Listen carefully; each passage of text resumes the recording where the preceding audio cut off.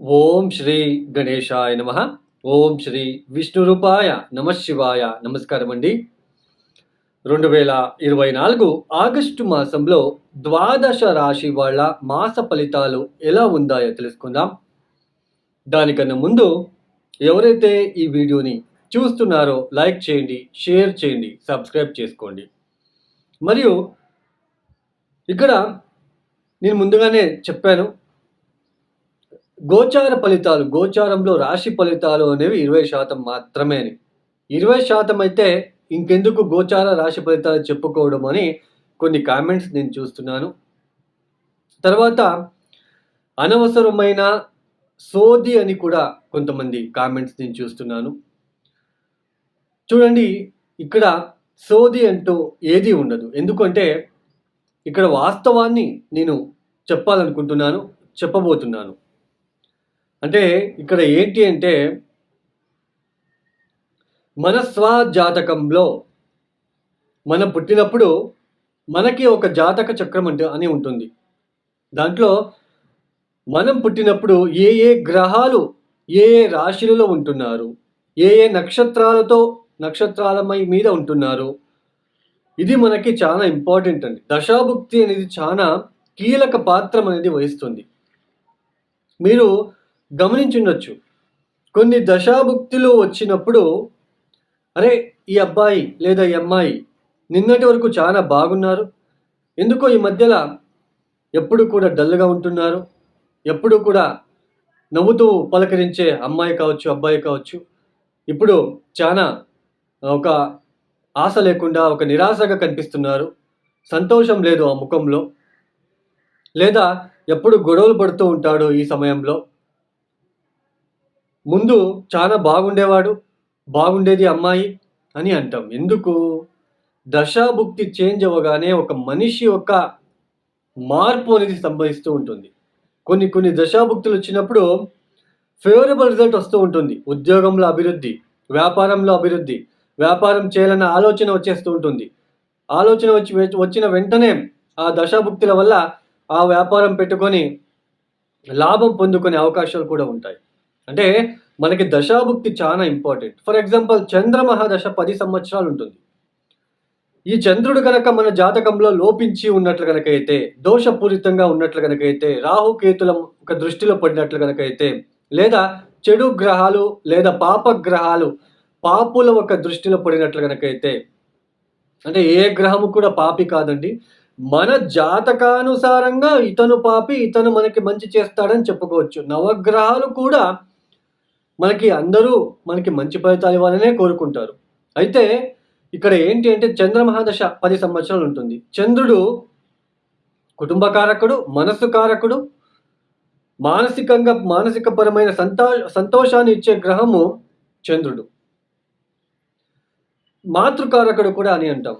మనము గత జన్మలో గనక ఇతర కుటుంబాలకి మనం ఇబ్బంది పెట్టి వేరే కుటుంబాల మధ్య తగాదాలు వచ్చేలా చేసి, లేదా తల్లికి సంబంధించిన విషయంలో మోసాలు చేసినట్లు కనుకైతే, ఇప్పుడు ఈ ఒక జన్మలో మనకి చంద్రుడు నీచుడయ్యి లేదా బలహీనంగా అయ్యి మనకి ఇబ్బంది పెట్టేలాగా పుడతారు.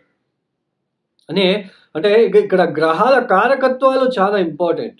చంద్రుడు మాతృకారకుడు, కుజుడు సోదరకారకుడు, భూమికారకుడు, సూర్యుడు మనకి పితృకారకుడు, తర్వాత గవర్నమెంట్ రిలేటెడ్ జాబ్ రావాలన్నా సూర్యుడు బలిష్టంగా ఉండాలి మన జాతకంలో.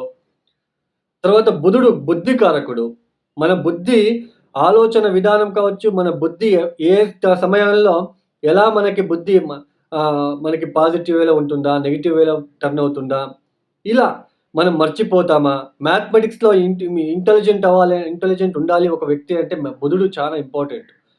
చార్టెడ్ అకౌంట్ వాళ్ళకి బుధుడు చాలా ప్రముఖమైన పాత్ర వహిస్తాడు. బుధుడు బలిష్టంగా ఉంటేనే సిఏ చదవగలగడు, అంటే సిఏ చేసే అవకాశాలు ఉంటాయి చార్టెడ్ అకౌంట్. అదే కుజుడు అంటే ఆత్రము, కోపము, ఆవేశము, పోలీస్ డిపార్ట్మెంట్కి కుజుడు చాలా ప్రముఖమైన పాత్ర వహిస్తాడు. ఇలా కొన్ని దశాభుక్తులు వచ్చినప్పుడు మనకి ఇబ్బందులు వస్తూ ఉంటాయి. ఆ దశాభుక్తులు ఇబ్బందిగా ఉన్నప్పుడు అట్లీస్ట్ గోచార ఫలితాలు బాగున్నట్లు కనుకైతే కొంచెం ఊరట లభిస్తుంది. ఇది చాలా ఇంపార్టెంట్ అండి. అన్నీ కూడా సోది అనుకోవద్దు. ఇంకొకటి నేను చాలా అబ్జర్వ్ చేశాను. ఈ రాశుల వాళ్ళకి ఈ మాసంలో కోట్లు సంపాదిస్తారు. హౌ ఇట్ ఈస్ పాసిబుల్ అండి? మీ జాతకం తెలీదు. జస్ట్ రాశి ఫలితాలలో మనం కోట్లు సంపాదిస్తాము అని చెప్పలేము. ఆ వీడియోని ఎక్కువ చూస్తూ ఉంటారు. ఓన్లీ పాజిటివ్‌గా చెప్తే, ఇక్కడ నేను పాజిటివ్‌గా చెప్పేస్తాను. అక్కడ మీకు జరగాలి కదా! మీ జాతకం తెలీదు. గోచార రాశి ఫలితాలు ఎందుకు చెప్పుకుంటామంటే, కొంతమందికి డేట్ ఆఫ్ బర్త్‌లు ఉండవు, టైమింగ్స్ ఉండదు.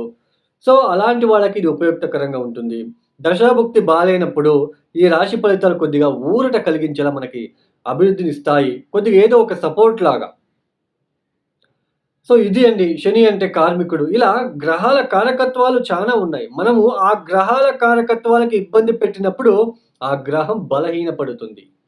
జ్యోతిష్కుడు మోసం చేస్తే బుధుడు బలహీనపడతాడు. అర్థమైందా అండి?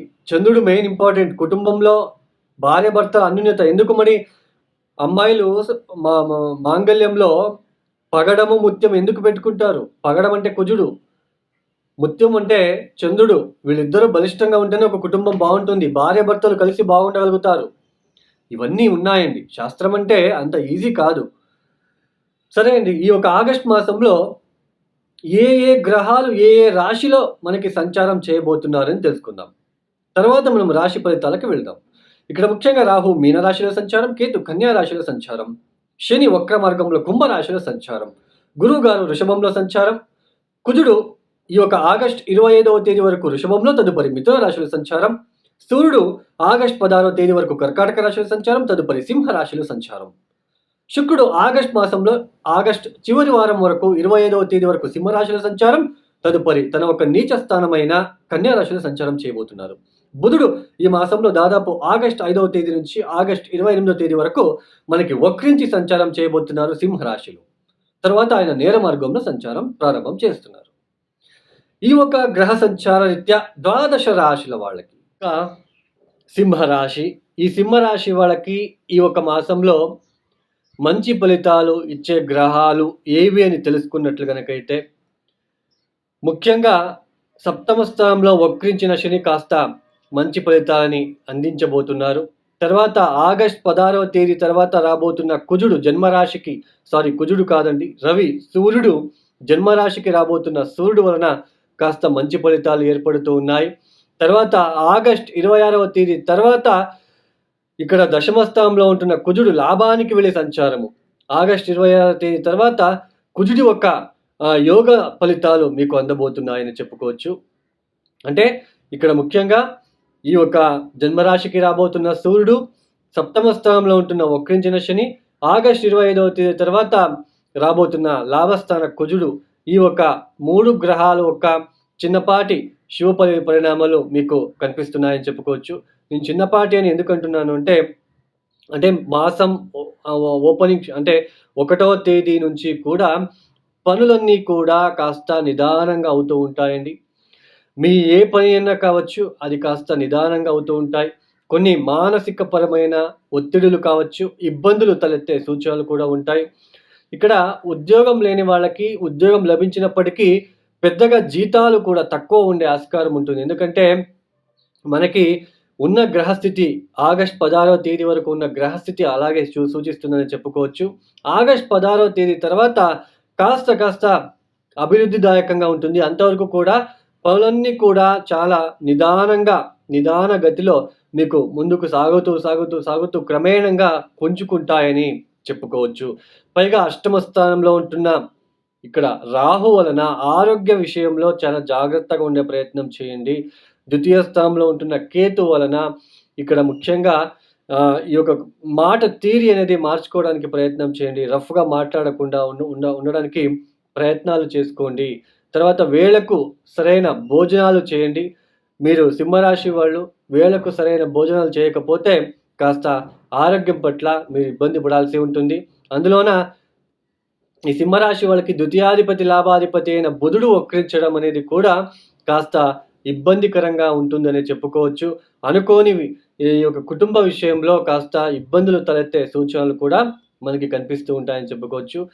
అయితే బిజినెస్ చేసే వాళ్ళకి కాస్త కలిసి వచ్చే సూచనలు ఉంటాయి. బిజినెస్ చేసేవాళ్ళు.